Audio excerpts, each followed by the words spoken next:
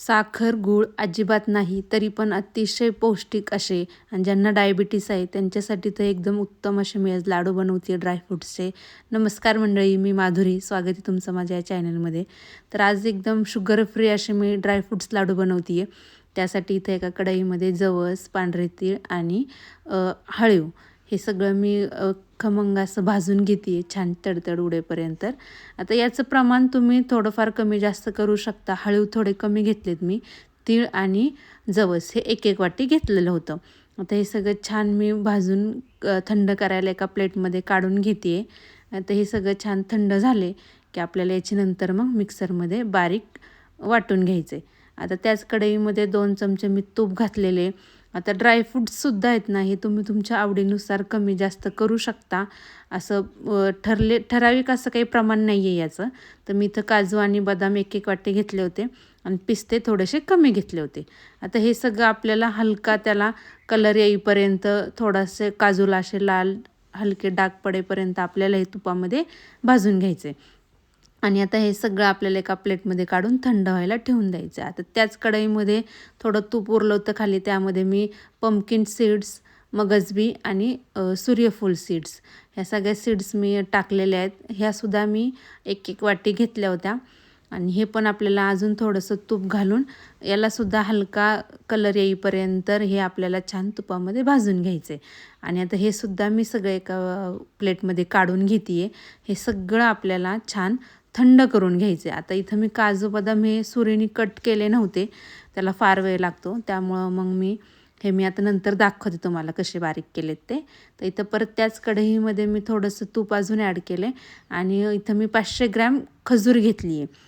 आणि ती खजूरमधल्या सगळ्या बीज वगैरे काढून येत ना, ह्या आपल्याला तुपामध्ये अशा छान परतून घ्यायच्या. त्या आपण छान परतल्या की त्याचा असा छान सॉफ्ट असा एक गोळा तयार होतो. अगदी सॉफ्ट होतो हा. आता हे पण मी एका प्लेटमध्ये काढून घेते. त्यानंतर आता इथं हे बघा, आपल्याला हे तीळ, हळीव आणि आपले जवस पण थंड झाले होते. हे मी मिक्सरला फिरवून घेते. एकदम छान अशी त्याची बारीक पूड करायची, म्हणजे मग ते खाताना हे जवस वगैरे दाताखाली आले ना, ते व्यवस्थित चावल्या जात नाहीत. त्यासाठी मग त्याची अशी पेस्ट करायची. आणि आता हे ड्रायफ्रूट्स आहेत ना, इथं बघा मी फूड प्रोसेसरला असे पल्स मोडवरती फिरवून घेतले होते. किती छान असे एकदम त्याचे जाडसर भरड झाली आहे बघा. आणि आता याच्यामध्ये आपण परतलेले खजूर आणि हे जवस आणि हळीवची बारीक केलेली पूड आणि त्यामध्ये खसखस, आता हे सगळं आपल्याला छान एकजीव असं करून घ्यायचं आहे. आता हे एकजीव करायला थोडासा वेळ लागतो. वाटलं तर तुम्ही परत हे फूड प्रोसेसरला फिरवू शकता, पण इथं मी हातानेच मिक्स केले कारण की ते इझिली सगळं मिक्स होत होतं. आता हे सगळं छान मिक्स करून घ्यायचं. आणि आता इथं मी 2 चमचे तूप टाकलं. हे पूर्णपणे ऑप्शनल आहे. मी थोडंसं बाइंडिंग येण्यासाठी टाकले, पण ते नाही टाकलं तरी चालतं, काही हरकत नाही. त्यात खजूर असल्यामुळे ना लाडूला छान बाइंडिंग येतं. तूप जास्त वापरायची काही गरज पडत नाही. आता इथं मी सगळं छान मिक्स करून घेतले आणि बघू शकता तुम्ही, अगदी इझिली असे हे लाडू वळले जातात.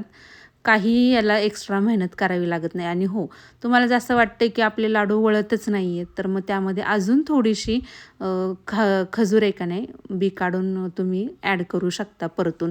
इथं बघू शकता. तर इथं आहे ना, मी हे सगळे लाडू असे बांधून घेतलेत आणि तुम्हाला एक फोडून दाखवते. खूप सुंदर झाले होते हे लाडू. चवीलासुद्धा अतिशय टेस्टीला झाले होते. आणि शुगर फ्री असल्यामुळे ना, ज्यांना डायबिटीस आहे ना, त्यांनी तर अवश्य हा लाडू खावा. दिवसाला एकच खा, जास्त नको.